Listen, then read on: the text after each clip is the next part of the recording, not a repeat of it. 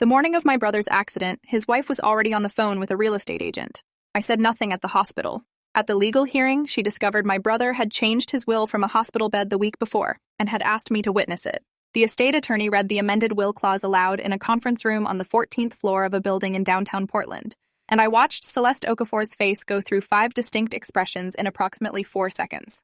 The first was confident expectancy, the face of someone who has already mentally spent money they believe is coming. The second was confusion, the slight narrowing of the eyes when words don't immediately resolve into the meaning you anticipated. The third was the beginning of understanding, which looked almost like physical pain. The fourth was the specific horror of someone who has, in a room full of witnesses, been caught in something they can't talk their way out of.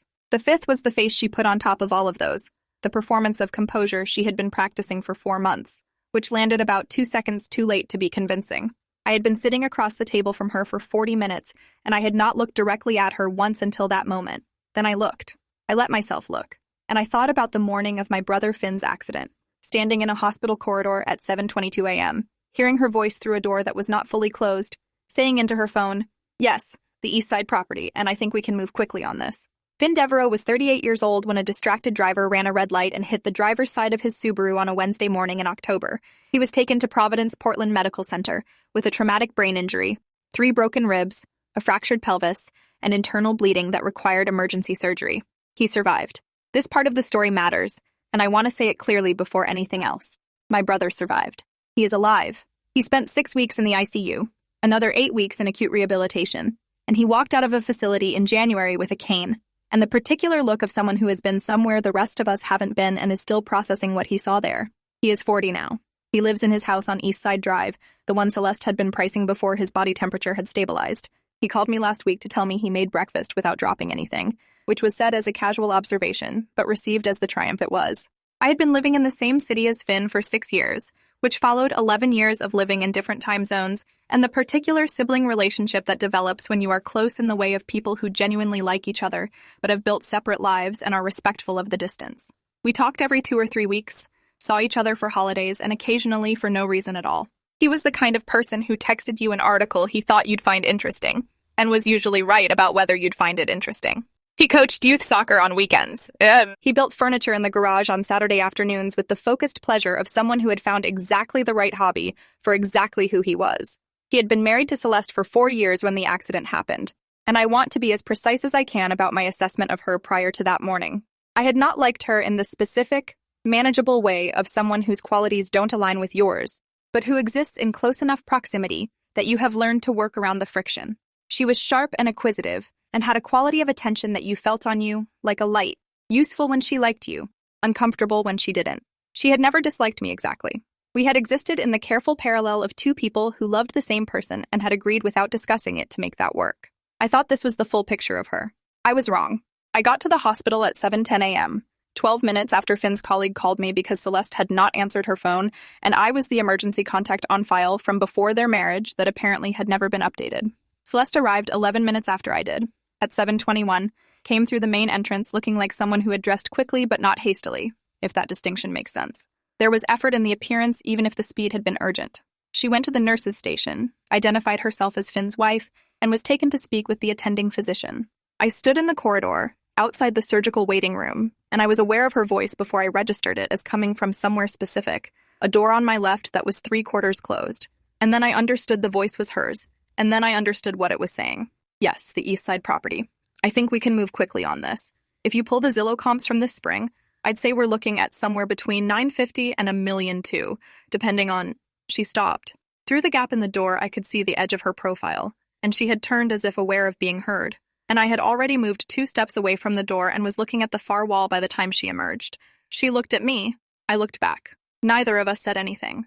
She put her phone in her pocket. We went and waited together for the doctor, and I sat beside her for 3 hours in the waiting room, and I did not say a single word about what I had heard.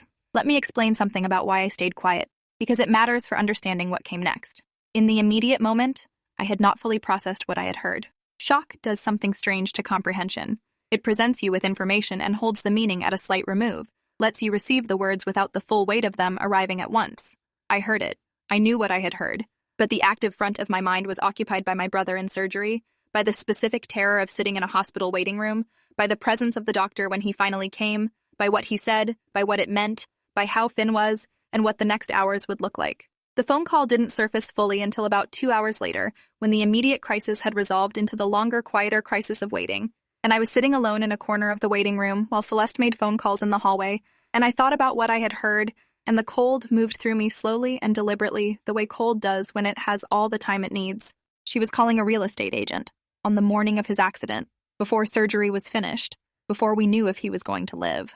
The house on East Side Drive, which was in both their names, which Finn had bought 7 years before they were married, and which he had talked about the way people talk about something that is not just property, but is a physical expression of a particular life they chose.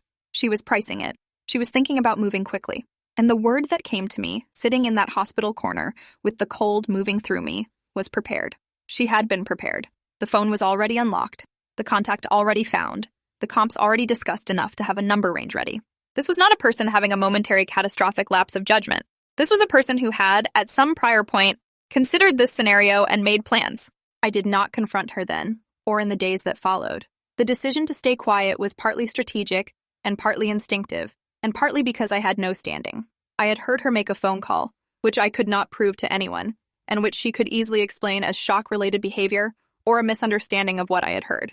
I also understood with the clarity that sometimes arrives in crisis that confronting her directly would accomplish nothing except alerting her that I was watching, and that the most useful thing I could do was watch without her knowing I was watching. So I showed up at the hospital every day.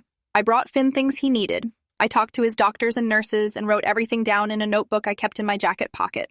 I watched Celeste. I watched the way she talked to the medical staff, competent, apparently attentive, asking the right questions. I watched the way she was when Finn was awake and responsive versus when he wasn't. I watched when she left and when she came back and how long she was gone and what her face looked like when she thought no one was paying attention. 3 weeks into Finn's hospitalization, I had a conversation with his primary attending physician, Dr. Amara Lindqvist, who had been practicing neurology for 17 years and had the particular quality of someone who delivered serious information with both precision and humanity, which is a combination that is rarer than it should be. I asked her directly about Finn's prognosis and about his cognitive status and about the legal implications of his current situation, specifically whether he had the capacity to make decisions.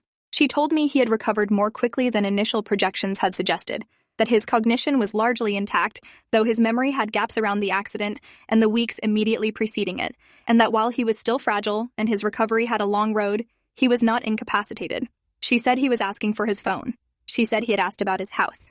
She said he had asked about his will. I asked what he had said about his will.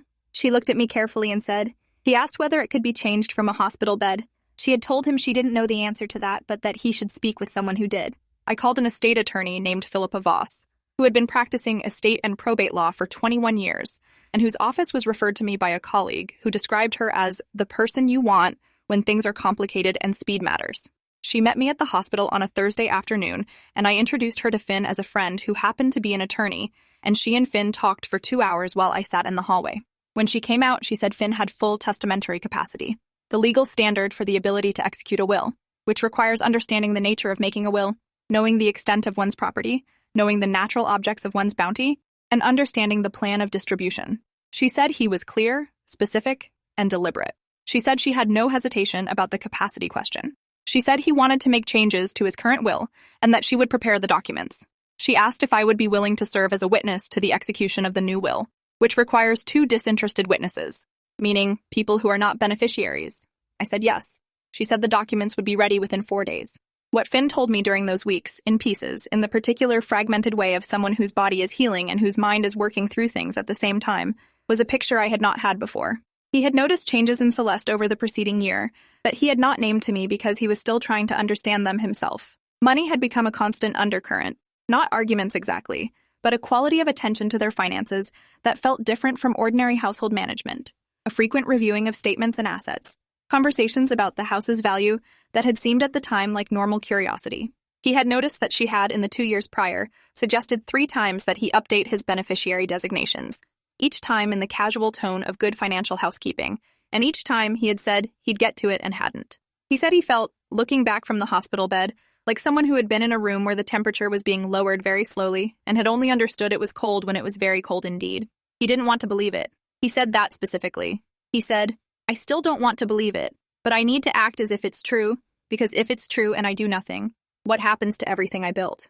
That sentence landed in me, and I thought about a specific kind of grief. Not the grief of loss exactly, but the grief of the revision, of having to look at something you loved and understand it differently. Philippa Voss returned on a Monday morning with documents. Finn read every page, asked 3 clarifying questions, made 2 requested amendments, and signed in the presence of Philippa, myself, and a nurse named Tobias Reinhold, who had been working in the ICU for 9 years and agreed to serve as the second witness. The execution was clean and deliberate, and Finn was calm throughout in the way of someone who has made a decision and has put the doubt behind it. Philippa notarized the document on the spot. I kept a copy. Finn kept a copy. Philippa filed the original with the probate court the following morning, which creates a public record. This matters for what came next, and I want to explain why. A will filed with the probate court has a timestamp and a public record that is difficult to challenge on procedural grounds. Philippa had done this deliberately, having been told the context, and she had also prepared a capacity declaration signed by Dr. Lindqvist, attesting to Finn's cognitive status at the time of execution. It was, in Philippa's word, bulletproof. I thought about that word a lot in the weeks that followed. Celeste visited Finn twice in the 2 weeks after the will was signed, and I was present for one of those visits. She was attentive in the performance sense, brought things, asked questions, touched his hand, and Finn was warm with her in the particular way of someone who is not ready to say what they know out loud. He told me afterward that he needed to see the legal situation resolved before he could have any other conversation. He said he felt like he was in a game of chess where someone had moved pieces when he wasn't looking, and he needed to understand the board before making any move. I understood that. I also understood that I was the only person who knew about the phone call in the corridor, and I had been sitting with that knowledge for 6 weeks, and the weight of it had not lightened with time. I had told Philippa. She had told me it was relevant context but not independently actionable. It was evidence of intent rather than of a specific legal wrong, and what mattered legally was the document. The document existed. The document was real. That was what we had.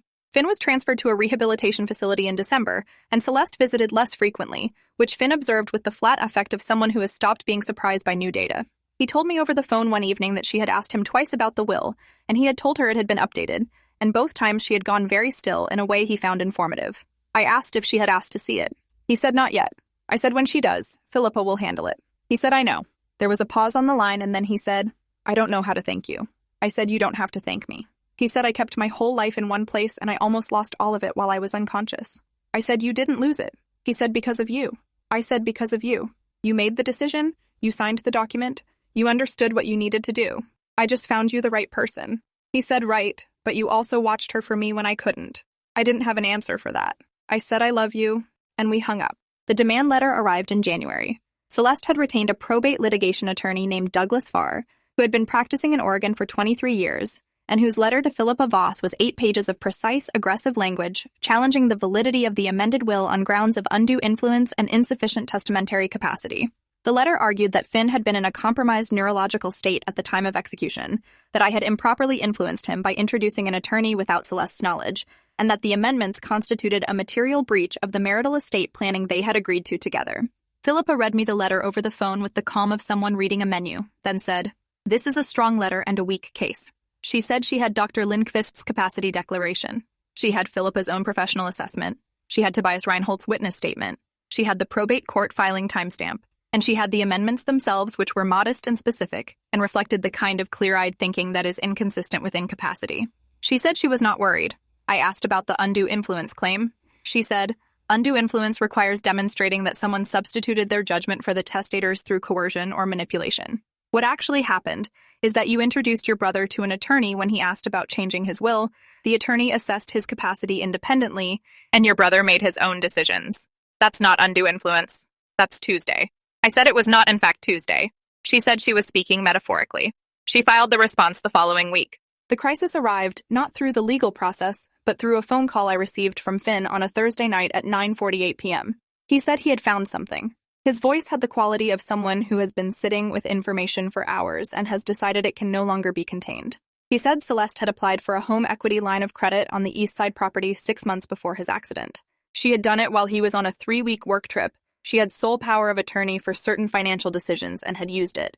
The application had been made in her name with the house as collateral. It had been approved for $400,000. He had found the approval letter in a box she had been keeping at her parents' house, which he had retrieved with the rest of his personal belongings. The $400,000 had never gone into their joint account. He had checked every statement back 2 years. The money was gone. I sat with my phone pressed to my ear and heard my brother breathing on the other end of the line, and thought about a woman who had been pricing her husband's house while he was in surgery, and understood that we were looking at a much larger situation than I had known. I called Philippa at 10:15 p.m. She answered. I told her what Finn had found. There was a silence that felt like her thinking very fast. She said, "This changes the nature of the proceedings significantly." She said a home equity line drawn on marital property without disclosure to both parties, with funds that cannot be accounted for, was potentially actionable on multiple grounds including breach of fiduciary duty and potentially fraud. She said she needed to see the documents. She also said something that has stayed with me. She said the reason the demand letter about the will came so fast, so prepared, so detailed, was probably because Celeste had known for months that a legal challenge was possible, because she had been planning for the scenario of Finn's incapacity or death, and the will was part of what stood in her way. The aggression of the challenge was not reactive. It was prepared. Same word I had used in the hospital corridor. I told Philippa about the phone call I had heard in October. She said, "Tell me exactly what was said." I told her. She said, "Write that down exactly as you told it to me, with the time and the location and every detail you remember, and send it to me tonight." I wrote it down and sent it at 11:09 p.m. She said we have a hearing in 3 weeks and we are going to use all of this. The hearing. I have to describe the hearing because it was the thing that everything had been building toward. The moment when the careful accumulation of documentation and witness statements and legal filings resolved into something a room full of people had to look at directly. Philippa filed a counter motion 10 days before the hearing that included Dr. Lindqvist's capacity declaration, Tobias Reinhold's witness statement, Philippa's own professional capacity assessment, the probate court filing with its timestamp, my written account of the phone call in the hospital corridor, and, most significantly, documentation of the home equity line of credit, including the approval letter Finn had found, Finn's bank statements showing no record of the funds entering joint accounts, and a preliminary forensic accounting report prepared by a certified financial forensics specialist named Dr. Kwame Asante, who had 20 years of experience in financial fraud investigation and who had, in the 10 days between being retained and the hearing, traced $180,000 of the $400,000 to accounts in Celeste's name alone. The remaining $220,000 had gone to an address in Seattle that appeared to be associated with a person whose relationship to Celeste was not immediately clear, but which Dr. Asante's preliminary report described as requiring further investigation. The counter motion was 42 pages. Philippa had written it over a weekend. I don't know when she slept.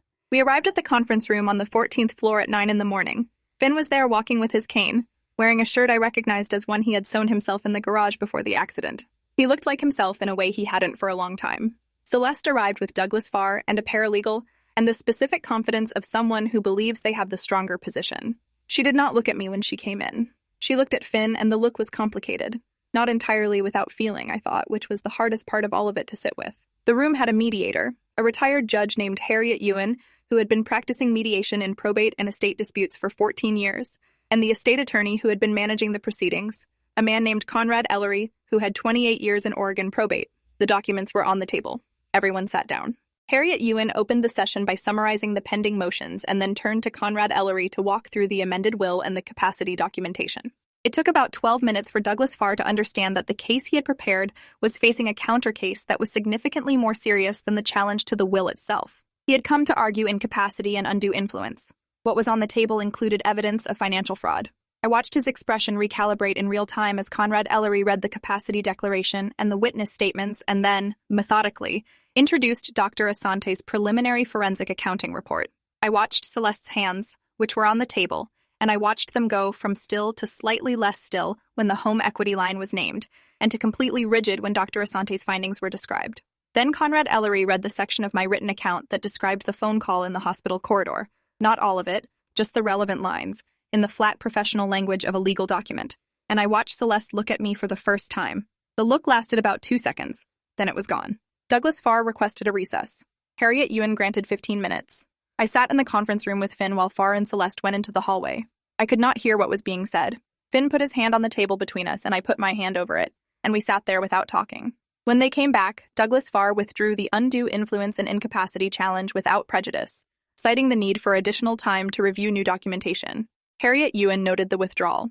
Conrad Ellery noted that the financial matters raised in the counter-motion would need to proceed separately through the appropriate channels, and that Dr. Asante's preliminary report had been forwarded to the District Attorney's Financial Crimes Unit for review, which Philippa had arranged in advance of the hearing, and which was not a surprise to anyone in the room, except, apparently, Celeste. Harriet Ewan adjourned. The legal aftermath extended over the following year, and I will describe it in the condensed way it deserves. The Financial Crimes Unit assigned a detective named Corporal N.S. Hartman, who had 11 years of experience in financial fraud investigation and who ran a thorough and methodical investigation that eventually determined the full $360,000. The remaining amount, once legal fees were deducted from the $400,000, had been moved across a series of accounts, some in Celeste's name, some in the name of a person who turned out to be a former boyfriend from before her marriage to Finn. Celeste was charged with 1 count of fraudulent transfer of marital assets, 1 count of breach of fiduciary duty, and 2 counts of financial fraud. She entered a guilty plea to 2 counts in exchange for a reduced sentence that included 18 months of probation, full restitution to the marital estate, and a supervised financial management requirement. The marriage was dissolved. Douglas Farr withdrew from the case prior to the criminal proceedings, having apparently advised Celeste to cooperate with the DA, and having concluded that his professional interests were better served by an orderly exit. Finn received the restitution in installments over 2 years, which did not restore everything, but restored most of it. He lives in the East Side house. He has started building furniture in the garage again. I think about the phone call in the hospital corridor more often than I expect to. Not because it was the most dramatic moment of everything that happened. It wasn't. But because of what it represented about how these things begin. In the small, cold moments before the catastrophe is visible. In the preparation that happens in the space between a phone being unlocked and a price range being named. She had been ready. She had thought it through in advance.